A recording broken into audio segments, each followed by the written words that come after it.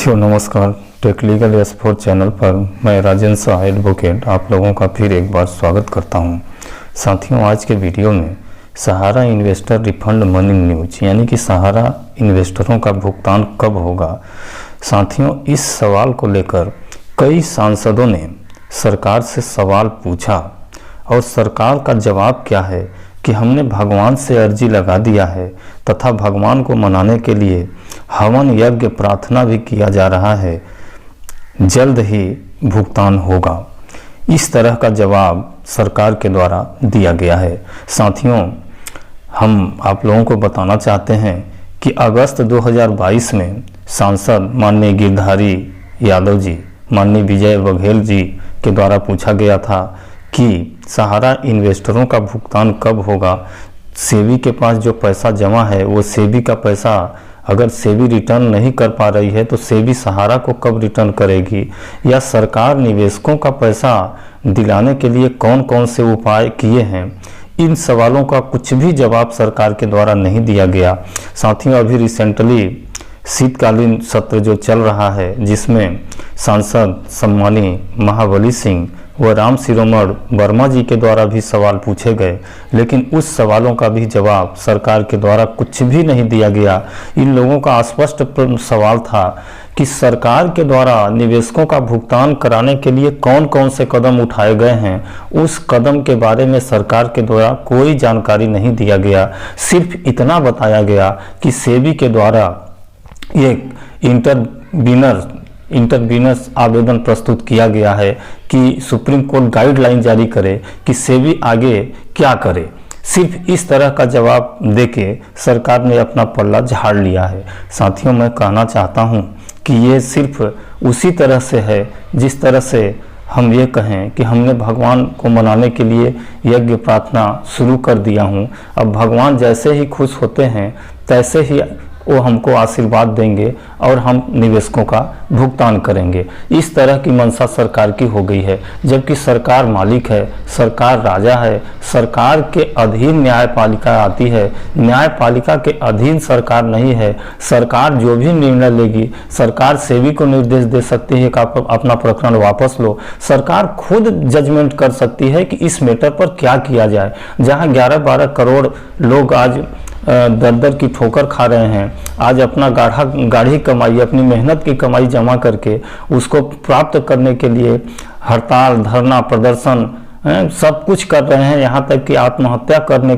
तक के लिए भी कोशिश कर रहे हैं, बहुत सारे आत्महत्या भी कर लिए हैं। तो इस मैटर पर सरकार को गंभीरता से सोचना चाहिए, सरकार को कदम उठाना चाहिए। सरकार चाहे तो सुप्रीम कोर्ट जो करे वो करे, सुप्रीम कोर्ट से कोई मतलब नहीं है, सुप्रीम कोर्ट में अपना प्रकरण वापस ले लो। भाई हमारा जब विवाद होता है हम उस विवाद के निराकरण के लिए, न्याय के लिए हम न्यायपालिका जाते हैं।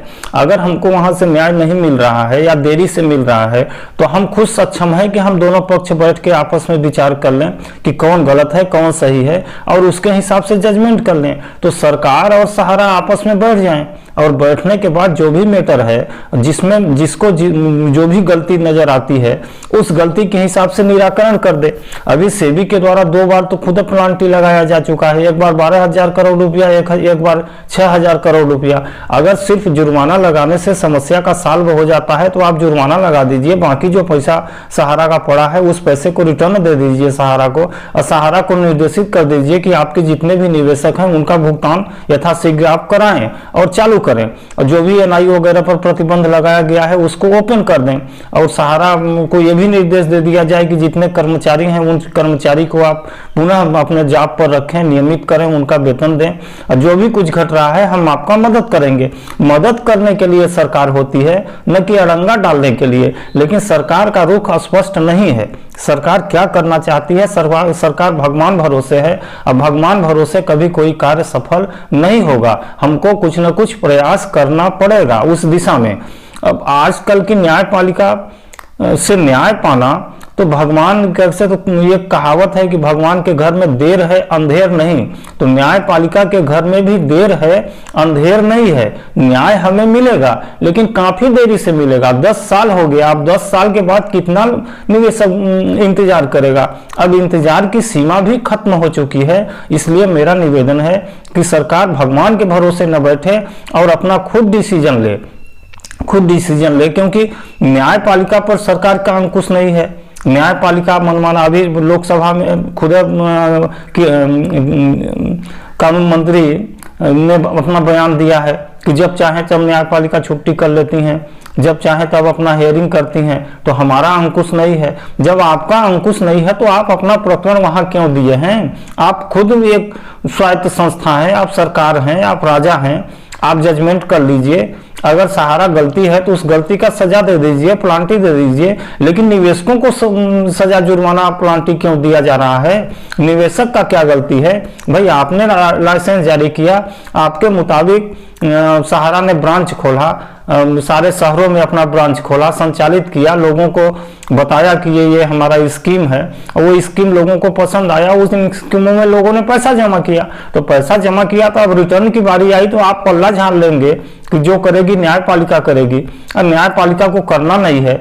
इस तरह से मेरा मानना है, मेरा कहना है, मेरा निवेदन है कि सरकार इस मसले पर तत्काल गंभीरता से विचार करे और भगवान के भरोसे न छोड़े और तुरंत निराकरण करे। सेबी को निर्देश दे कि आप अपना प्रकरण वापस लो, और सहारा को निर्देश करें कि आप निवेशकों का भुगतान करें, अपने कर्मचारियों को नियमित करें, अपने कर्मचारियों का वेतन दें, जो भी राशि घटता हो वो हम आपको मदद स्वरूप दे रहे हैं। जब आपके पास फंड अवेलेबल हो जाए हमारा फंड रिटर्न कर दें। जी दोस्तों, इसी के साथ मैं अपनी बातों को समाप्त करता हूं। आगे के अपडेट के लिए मैं आपको अपने नेक्स्ट वीडियो में बताता रहूंगा। साथियों नमस्कार।